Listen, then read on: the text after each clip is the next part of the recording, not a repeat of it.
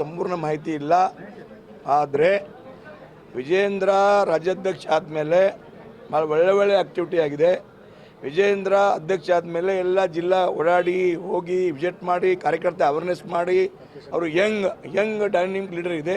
ಅದಕ್ಕಾಗಿ ನಾನು ಬೇರೆ ಮಾತಾಡಲ್ಲ, ಬಟ್ ವಿಜೇಂದ್ರ ಇದ್ದರೆ ಓಕೆ.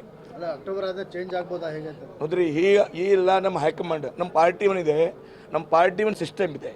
ಒನ್ ಟೈಮ್ ಡಿಕ್ಲೇರ್ ಮಾಡಿದ್ರೆ ಡಿಸಿಷನ್ ನಮ್ಮ ಪಾರ್ಟಿ ಭಾರತೀಯ ಜನತಾ ಪಾರ್ಟಿ ಕಾರ್ಯಕರ್ತ ಪಾರ್ಟಿ ಇದೆ, ಬೇರೆ ಕಾಂಗ್ರೆಸ್ ಥರ ಪಾರ್ಟಿ ಇಲ್ಲ, ಈ ಮನಿ ಪಾರ್ಟಿ ಇಲ್ಲ, ಈ ಕಾರ್ಯಕರ್ತ ಪಾರ್ಟಿ ಇದೆ. ಕಾರ್ಯಕರ್ತ ಪಾರ್ಟಿನಲ್ಲಿ ನಮ್ಮ ಒನ್ ಟೈಮ್ ಡಿಕ್ಲೇರ್ ಆದರೆ ಚೇಂಜ್ ಆಗಲ್ಲ. MLC ಎಲೆಕ್ಷನ್ ಟೈಮಲ್ಲಿ ಕ್ರಾಸ್ ವೋಟಿಂಗ್ ಎಲ್ಲ ಆಯ್ತಲ್ಲ, ಆ ಒಂದು ವಿಷಯ ನೋಡ್ರಿ, ನಾನು ಹೇಳ್ತಾ ಇದ್ದೀನಿ, ಈ ಕೂಡ ನಮ್ಮ MLAಗೆ ಭಾಳ ದುರ್ದೈವಿ ಘಟನೆ ಇದೆ, ನಮ್ಮ ನೋವು ಇದೆ. ಅದಕ್ಕಾಗಿ ನಿನ್ನೆ ಕೂಡ ಹೇಳ್ತೀನಿ, ಈಗ ಹೇಳ್ತಾ ಇದ್ದೀನಿ, ಈ ಬಗ್ಗೆ ಸಂಪೂರ್ಣ ತನಿಖೆ ಆಗಲಿ. ಯಾವ ತಪ್ಪು ಮಾಡಿದಾರ ಕ್ರಮ ತಗೋಬೇಕು.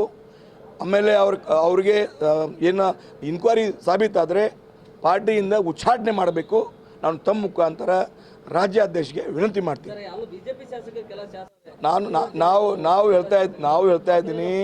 ನಾವು ಹೇಳ್ತಾ ಇದ್ದೀನಿ ಹಿಂಗೆ ಬಂದರೆ, ಇನ್ಕ್ವೈರಿ ಒಳಗೆ ಬಂದರೆ ಪಾರ್ಟಿ ಹೈಕಮಾಂಡ್ ಅವರು, ರಾಜ್ಯಾಧ್ಯಕ್ಷ ಅವರು MLAಗೆ ಉಚ್ಚಾಟನೆ ಪಕ್ಕಾ ಮಾಡಬೇಕು ಅನ್ನೋ ವಿನಂತಿ ಇದೆ.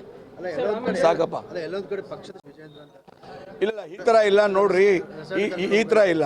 ತಮ್ಮ ಒಳಗೆ ಏನು ಇರ್ತಾ ಇದೆ ಯಾರು ಗೊತ್ತಾಗುತ್ತೆ?